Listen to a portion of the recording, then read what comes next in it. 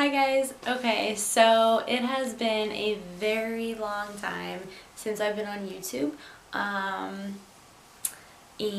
I don't really have any excuses as to why. But I figured I'd update you on my life first. So first of all, it's April and I graduate from Penn State University with a BS in Nutritional Sciences in approximately like 3 to 4 weeks. So that's super exciting. I'm really excited. I've worked my butt off to make it to this point, and I'm just starting to get some free time in my schedule. I took my last exam in one of my classes today, and I really just have some final presentations and final exams coming up within the next like 2 to 3 weeks. So that is what's been going on with school. I'm trying to think what else. I went to Hawaii over spring break, so that was pretty cool. Louis has a bunch of videos on his YouTube that he created, and he vlogged while we were on vacation, and yeah, you can go check them out. If you're not subscribed to his channel already, make sure to subscribe. He's always putting new content out there still. He's been killing it with his YouTube. I'm over here. But anyway, so I just wanted to also first tell you guys thank you so much to everyone who's been DMing me on like social media and stuff like that. I feel like even though I kind of was like MIA off of like YouTube for a long while there, it was really because I was working my butt off at school, and some people are able to manage you know, things better and time management and all stuff like that, but I just really couldn't maintain like still making like videos and content for YouTube, and I edit my own too, and granted I'm not that great at editing still, so it takes me a little longer than it would someone who YouTube's like on the daily or every other day. But yeah, so it just didn't work with my schedule. But I'm almost done with school, and back to what I was saying before, even though I was MIA like from YouTube for a while, I feel like a lot more of you guys reached out to me like via Instagram and stuff like that, because that was just like my quickest way to like reach you guys without like all the editing and stuff like that and uploading onto YouTube. I kept trying to like stay active on Instagram as much as I could and try to put as much fitness related content that I could out there, and like motivational like messages and stuff like that throughout the last 10, 11 months. We can just round it to a year. Can you believe it's been a year? What? Wow. So yeah, it's been a while since I've been on here, but you guys, a lot of you guys have DM'd me, really reaching out, looking for suggestions, and it honestly makes me like so happy.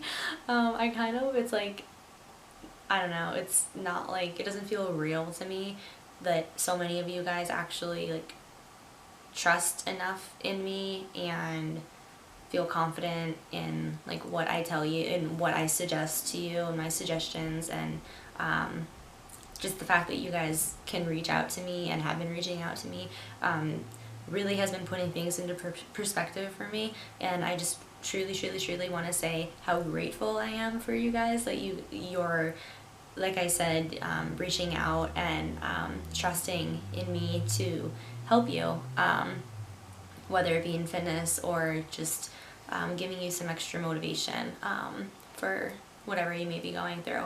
I said I was going to make a YouTube video, and I just randomly in spurs had people like keep DMing me asking me questions, and then I had people asking for like other like individual help, so I was like working on that on the side, and I just kind of let the questions roll through, and now I have like narrowed it down to like 10 questions, that very broad questions that basically everyone was asking. So I'm just gonna go through them and answer them to the best of my ability, and I think it covers a lot of different stuff, which is pretty neat.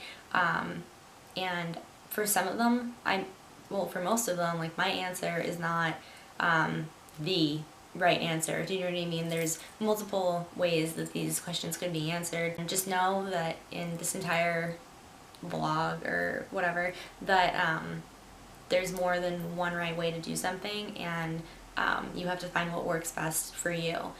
So the first question is, what would you recommend for building upper body strength? So, upper body strength, usually when we're talking upper body strength, we're talking like from the chest up. So you can work out within that region your chest, obviously. So you'll see a lot of people do chest presses, bench presses, incline press, all sorts of things like that. You can do like, well, I'll go in order. So you'll see people working out their chest, and then you'll also see people working out their shoulders. You can see people will work out their lats and their traps and their deltoids, and they're all like around the shoulder area into the back. You'll see people work out their back, and I said shoulders already. So a lot of my favorite movements, also like triceps and stuff like that, all like the little things that people often forget about.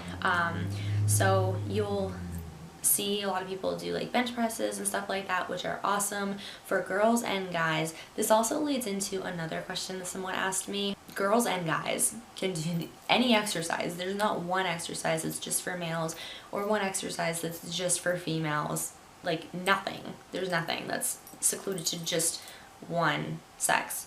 So let's get that straight first. Yes, you'll see some guys bench press a lot more than girls. You'll see girls often do like the butt area and legs more often than guys, but that's all just personal preference and what physique you're looking to attain.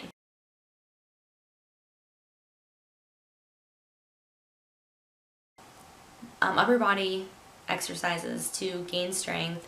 Some of my favorite ones are your standard pull-up. So a pull-up, there's a ton of different variations of a pull-up. A lot of facilities will have the assisted pull-up machine, which is really nice because it allows, gosh, I can only do like 5 pull-ups body weight, like without any assistance. So, and I've been working on them for a while. They're hard, so especially if you don't do them all the time. But the assisted pull-up machine has a like a little bar that you step on, and you could put at whatever weight you want the resistance at. So if you put it at a higher resistance, it's going to help you a lot to pull up. You won't have to pull as hard. At a lower weight, it's going to rely more on your muscles to do the pulling for you. So for that exercise, like I said, there's different variations. They'll have bars at the top, they'll have like a wider grip, and then they'll have like a narrower grip. So for the wider grip, if you choose to do so, you're going to be working a lot more of like your lats and your back. So I do both. People also ask how you could make your waist to look tinier, and especially girls, mostly girls, all girls. And my answer to you is, well, you can diet, but our bodies naturally want to eat. Eating is awesome. We love to eat. Everyone wants to eat. And eating should be positively associated with like body image and not negatively associated. So just because you're eating doesn't mean you're going to look worse or gain more weight or anything like that. So that leads me into saying, as far as getting a tinier waist, people often resort just to like waist trainers and stuff like that. And really, I just always say it's illusion. And it really is. So you see girls taking like pictures on Instagram and they look like they have such a tiny waist, like, I don't know if you could say like this way, tiny waist, and then like a really like round like back, you know, like butt and stuff. And you're like, wow, I want to look like that. It really just depends on the way they're standing, and it hurts to turn like that and to get a picture like that, just so you know. So that's not normal, and a lot of girls, fitness people on Instagram, like, will admit that, that this isn't like really, it's all angles, you know, and it's an illusion. So if you can imagine this kind of, it might be a little hard to explain, but as you're doing pull-ups, what you're essentially doing is broadening, especially if you do wide grip pull-ups, you're gonna broaden your shoulder areas. So you're gonna, and your lats, which are right here, okay?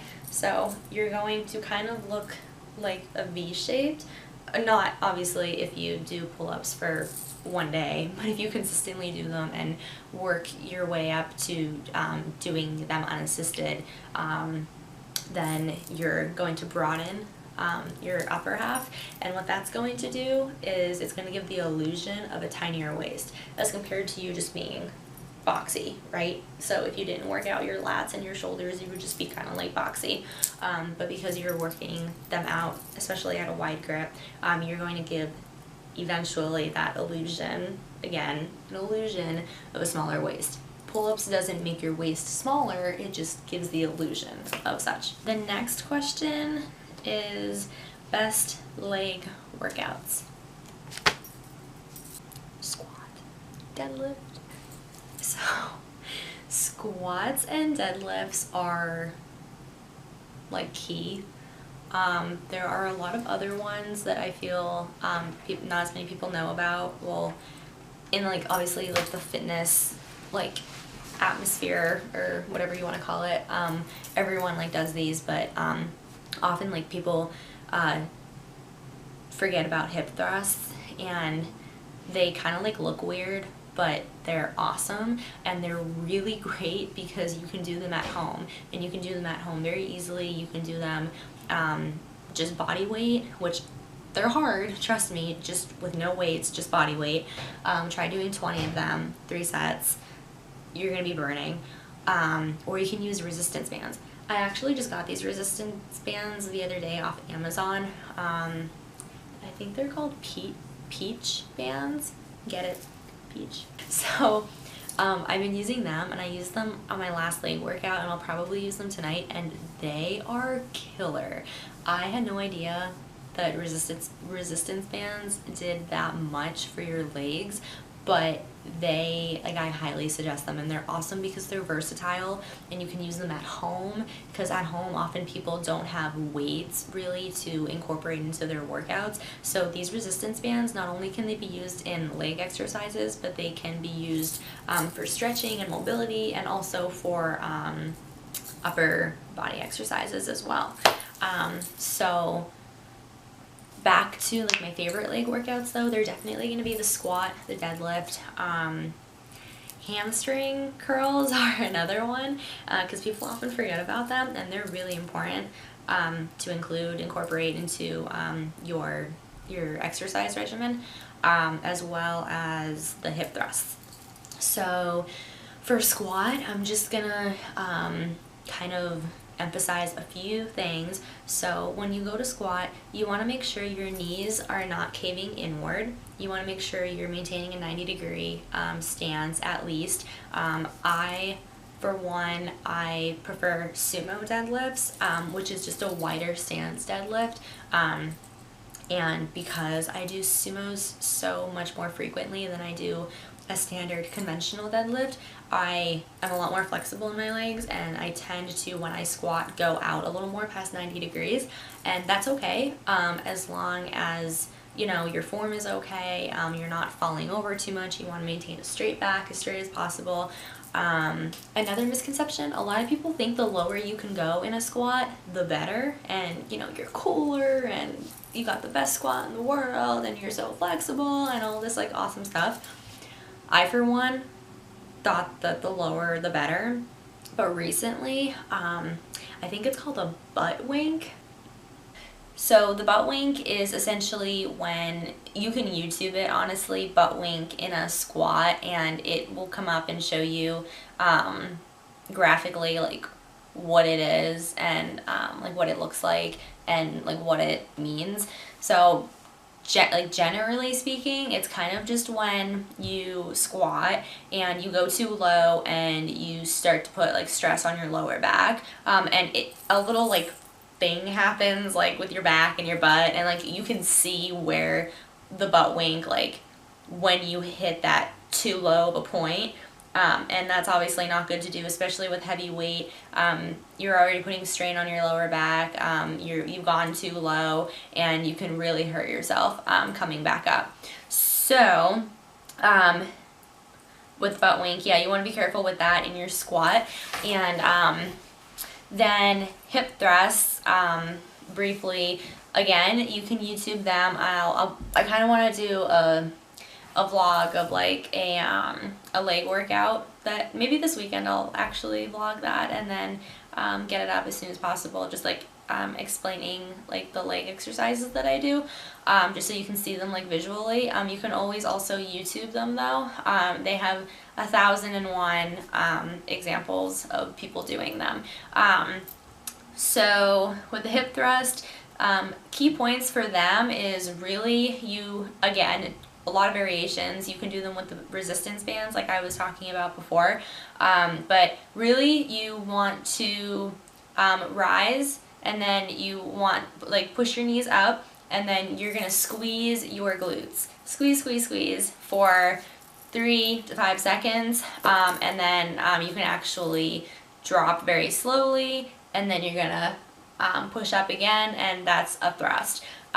So again, I'm sure you've all heard of hip thrusts, but really key with these, you're not going to see any progress in your glutes if you just go through the motions and you're like up, down, up, down, up, and you're not going to see any progress. So the key with the hip thrust is to squeeze your glutes at the top, and don't throw the weight down. You want to go slowly. So that's a hip thrust, and then, or keys when doing a hip thrust. And the last thing I wanted to talk about were hamstring curls. So when you're doing a hamstring, or when you're working out all other parts of your legs, so your glutes, or your quads, your glutes, and all things like that, you're really making those muscle groups stronger. And you might, this is like very, like I'm making this very simplistic, but essentially what happens is your front, like your quads and your glutes and everything are too strong in comparison to the back of your, like your hamstring area. So it's really hard to explain, but you want everything to be balanced. So like you can't just work out one muscle group and expect the other to look good, right? So it's kind of the same concept. So injury, for example. So there is increased risk for injury when you have an overworked like quad or glute, and then your hamstrings are weak. There's just an unevenness with that muscle group, and it's not good to maintain. So you want to make sure, yeah, glutes are awesome to train, but you also want to make sure you're working the surrounding areas so you don't have one muscle group compensating for the other. You can get strains and pulls and just a lot of increased risk for injury when you have one muscle group overcompensating for the other, like I said. So you just want to make sure that hamstrings people often neglect, but they're actually a really important muscle. Okay, best ab workouts. So I first just want to say with abs, people are always like, one, I don't have abs, okay, so there's that. And they're really hard to get. A lot of it, to be completely honest, is diet. And that always that infuriates people, right? When you're like, they come to you and they're like, what's the best ab workout? Like, I want abs in 30 days. And you're like, oh, well, it's like 100% diet, 100% gym. You know what I mean? More diet than gym. But really, this is where we store, for most people, we store a lot of, you know, what we're eating abdominally and in other areas, but it's a lot harder to lose the weight abdominally.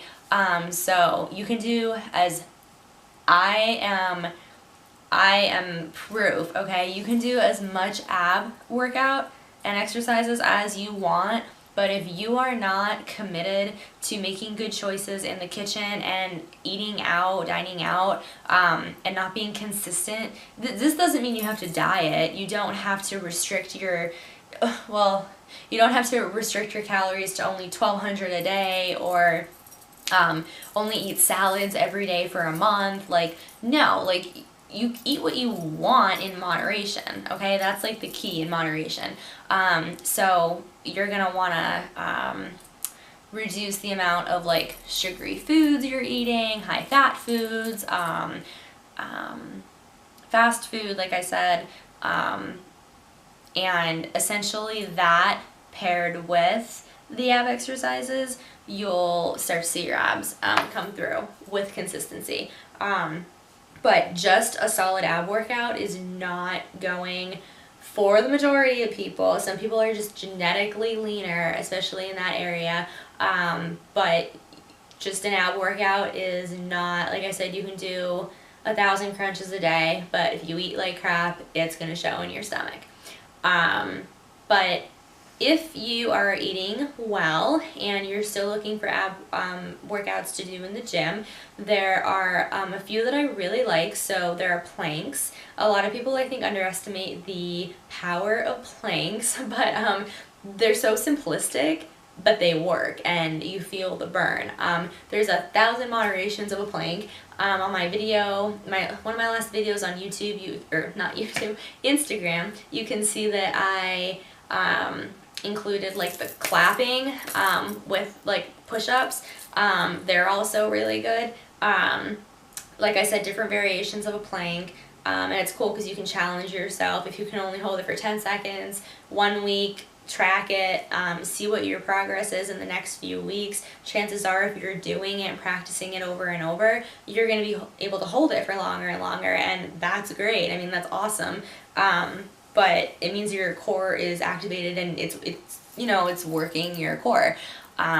Leg raises are awesome. Knee raises are awesome.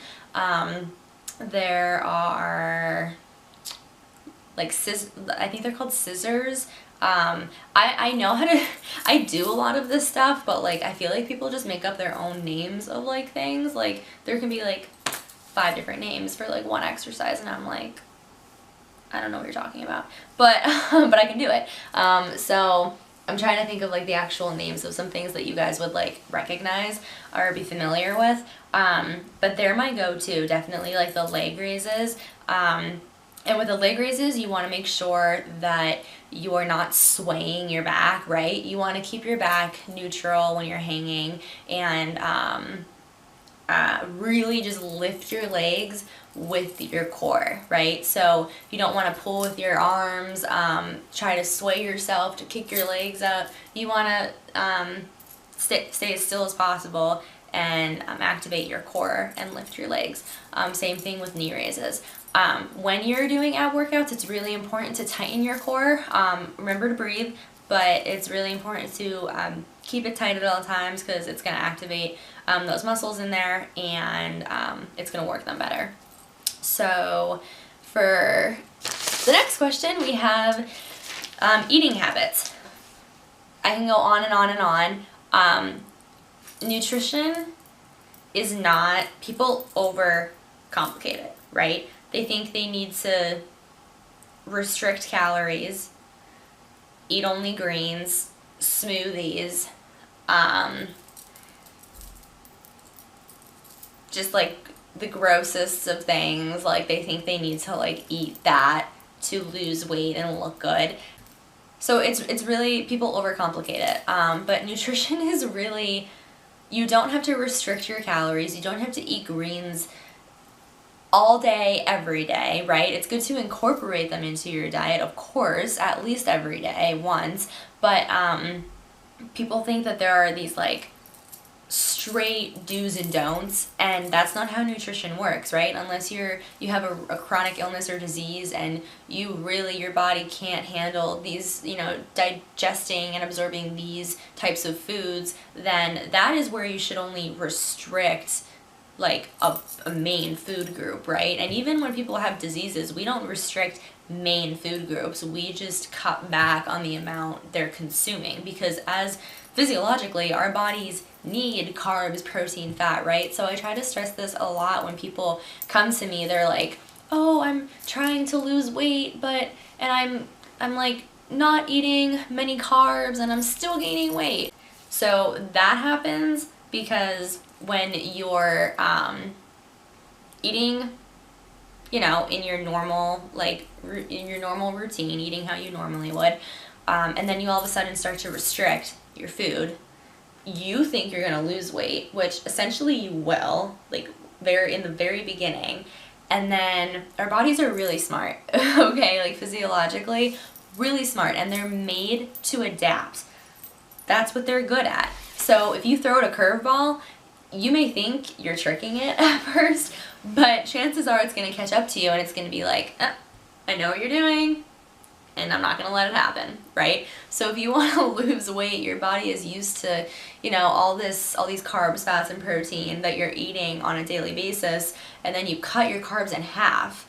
You're going to lose weight at first, but your body's going to catch on and it's going to slow down your metabolism, which is going to make you feel tired and weak and like restless, and you're going to feel like you have no energy. And what it's going to do is slow down your metabolism, which will make you gain weight, because your body's thinking like, oh my god, you just cut my carb load in half, and now I need to save as much as I can for energy, because I'm so used to getting this many grams of carbs per day and I'm only getting this. So instead of expending it on energy and making me feel alive, I'm just going to store it, right?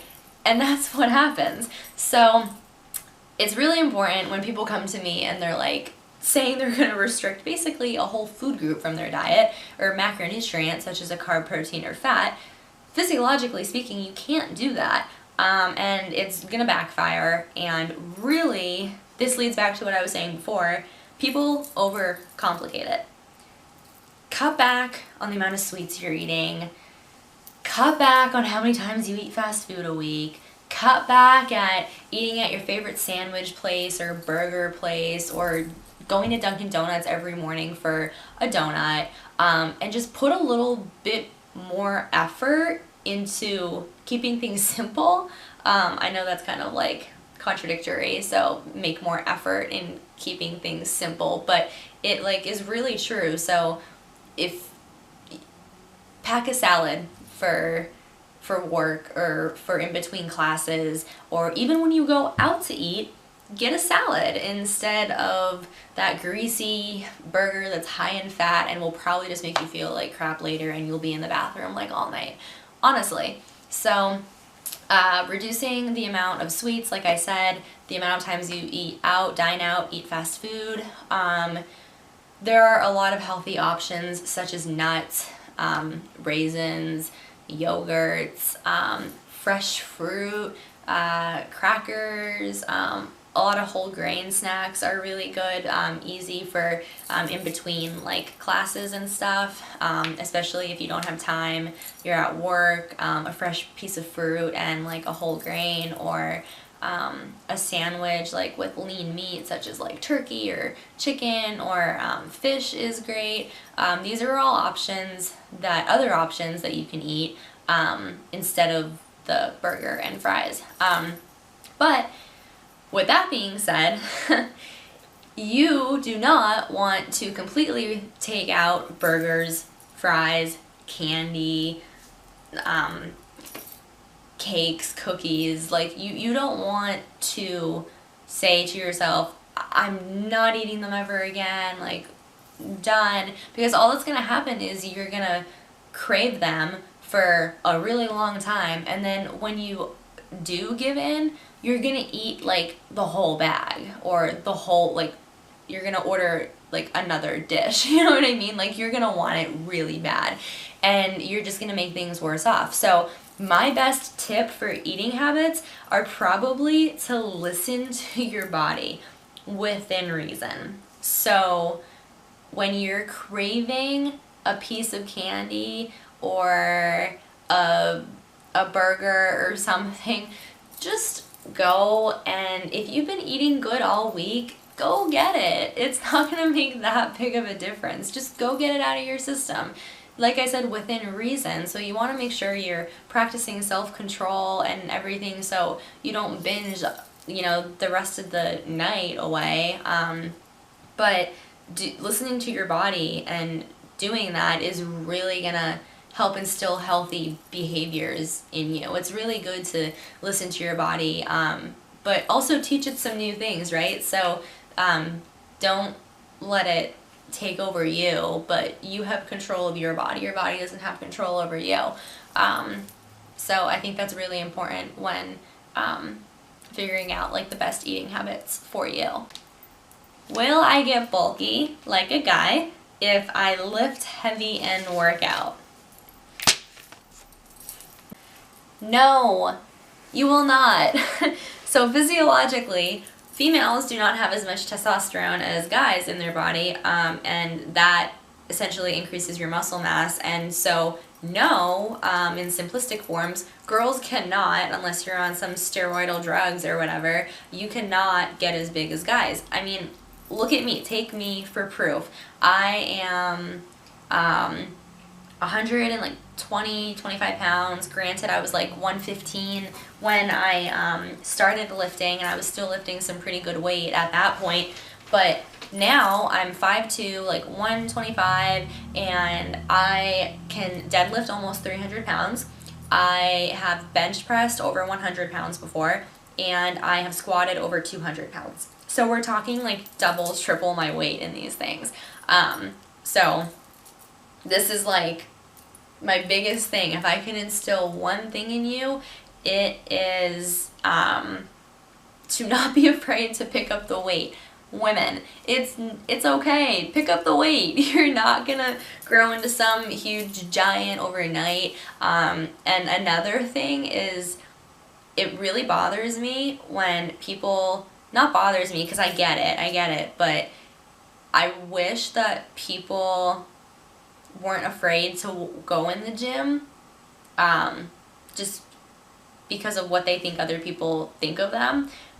So when people are at their starting point, so people are at their starting point and they want to be here. They're here, but they want to be here. Oftentimes they don't want anyone to see their struggle, to see their journey of, you know, the weight loss or the muscle toning or the muscle building, whatever it may be, because they think they look horrible because they walk into the gym, and you're in a gym. So for the most part, people are going to be, they're going to look fit. They're going to look like they know what they're doing.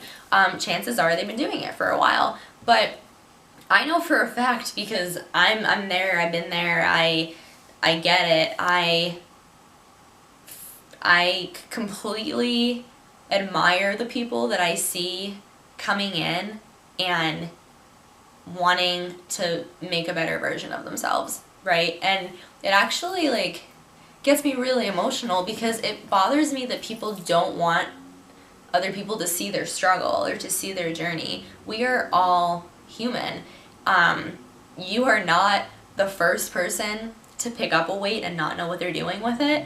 And you're sure as hell not going to be the last person to pick up a weight and not know what you're doing with it. Everyone, even the people that you see in the gym that look experienced as heck, have started by picking up one weight and not knowing what the heck to do with it, right? So, and you'll always run into people that think they're better than you.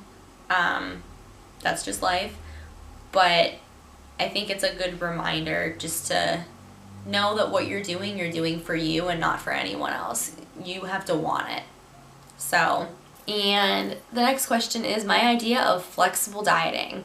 So there is actually like a term for flexible dieting. Depending on like who you're talking to, it may like differ a little bit. But my definition of flexible dieting is back to what I said before. It's in like 4 words. Yeah, in 4 words. Flexible dieting to me is listening to your body. I think it's just because I'm a nutrition major and I understand the importance of listening to our body, but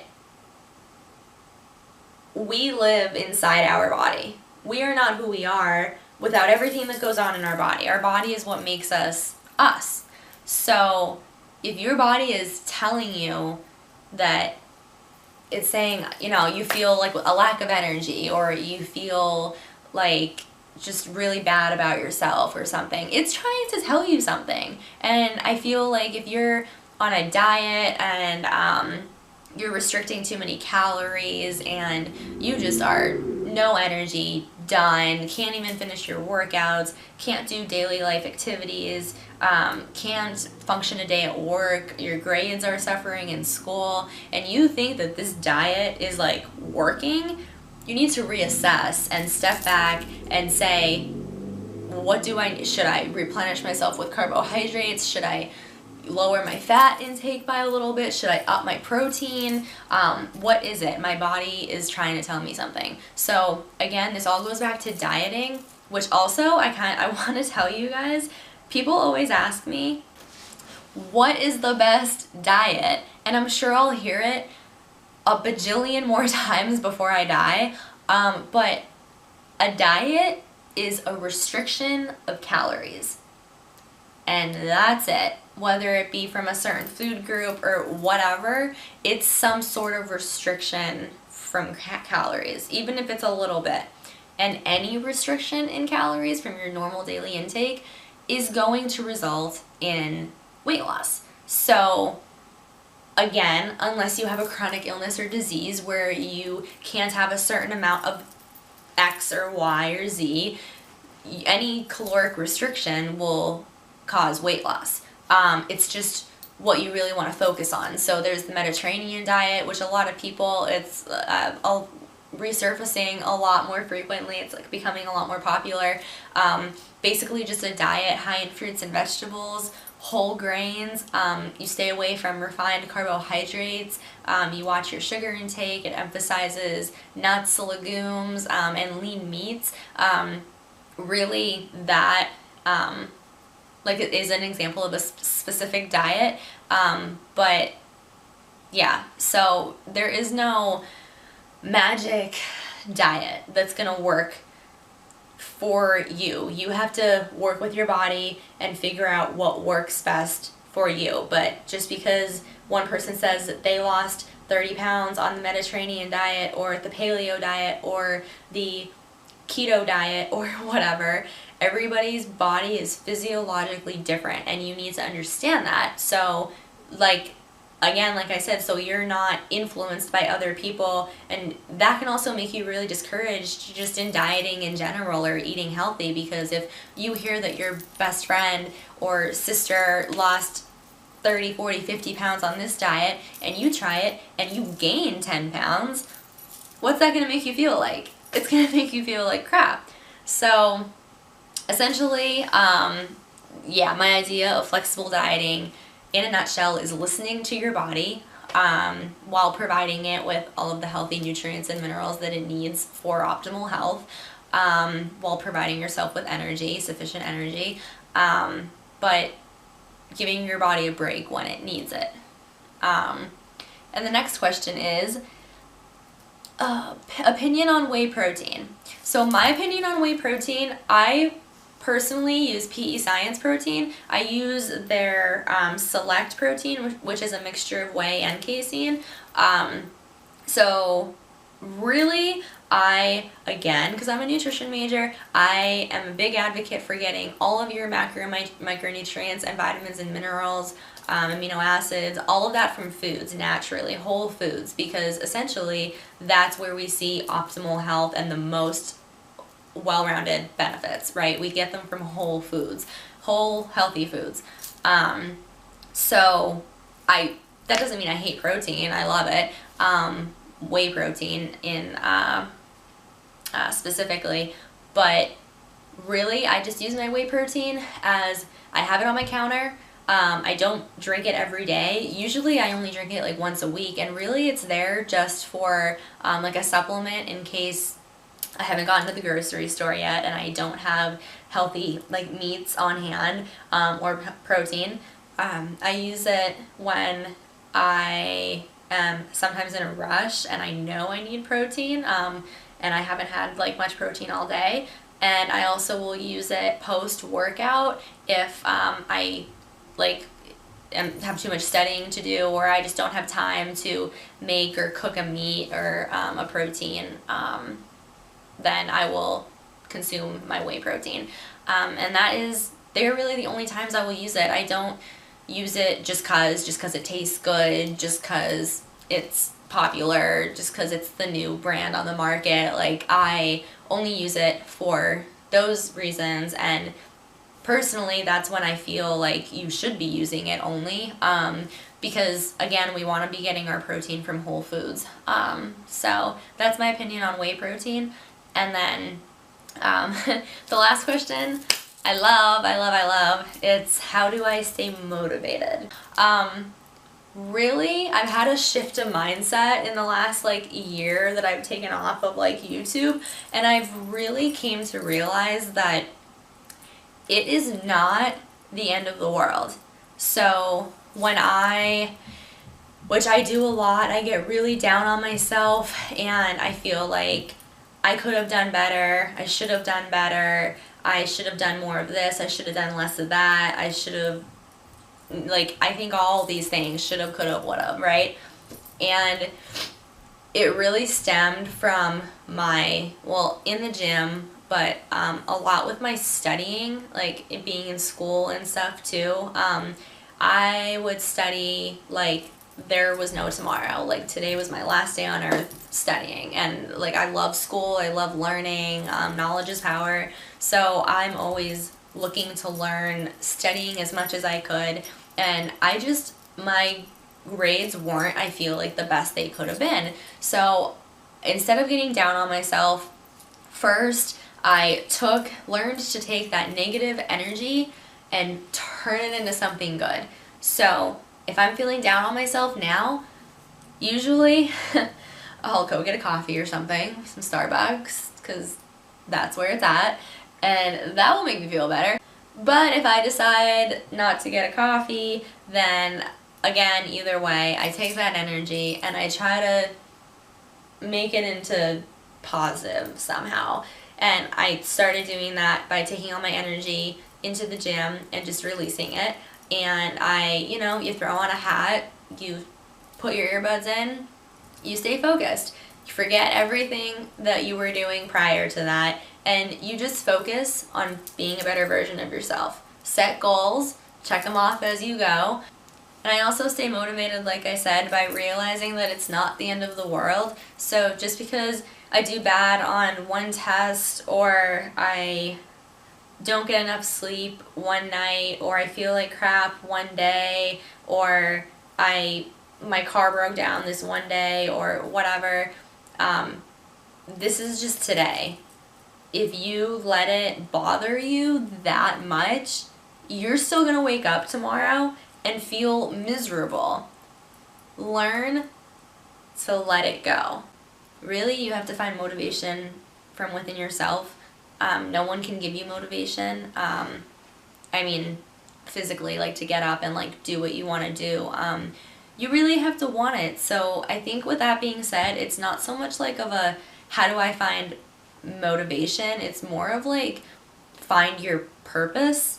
And I think that's I don't think I know, because it's happened with me. It happens with everyone, whether they realize it or not. But there comes a point in time when you don't know what you want to do, really. Like, what's next in this life for you? Like, what is it that you really, really want to do?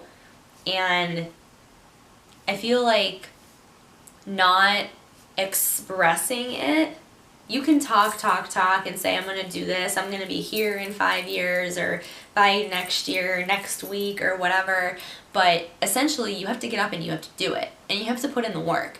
So I think finding your motivation comes from, like I said, within, and finding really your purpose. So constantly find that purpose and keep it plotted in the back of your mind and do all these things to nourish it and let it grow and blossom and essentially come to life. So like I said, you can talk all day about what you want to do and who you're going to be, where you're going to be in the future, but unless you put in the work, you're not going anywhere. Also, motivation gets destroyed quickly by people who think differently than you.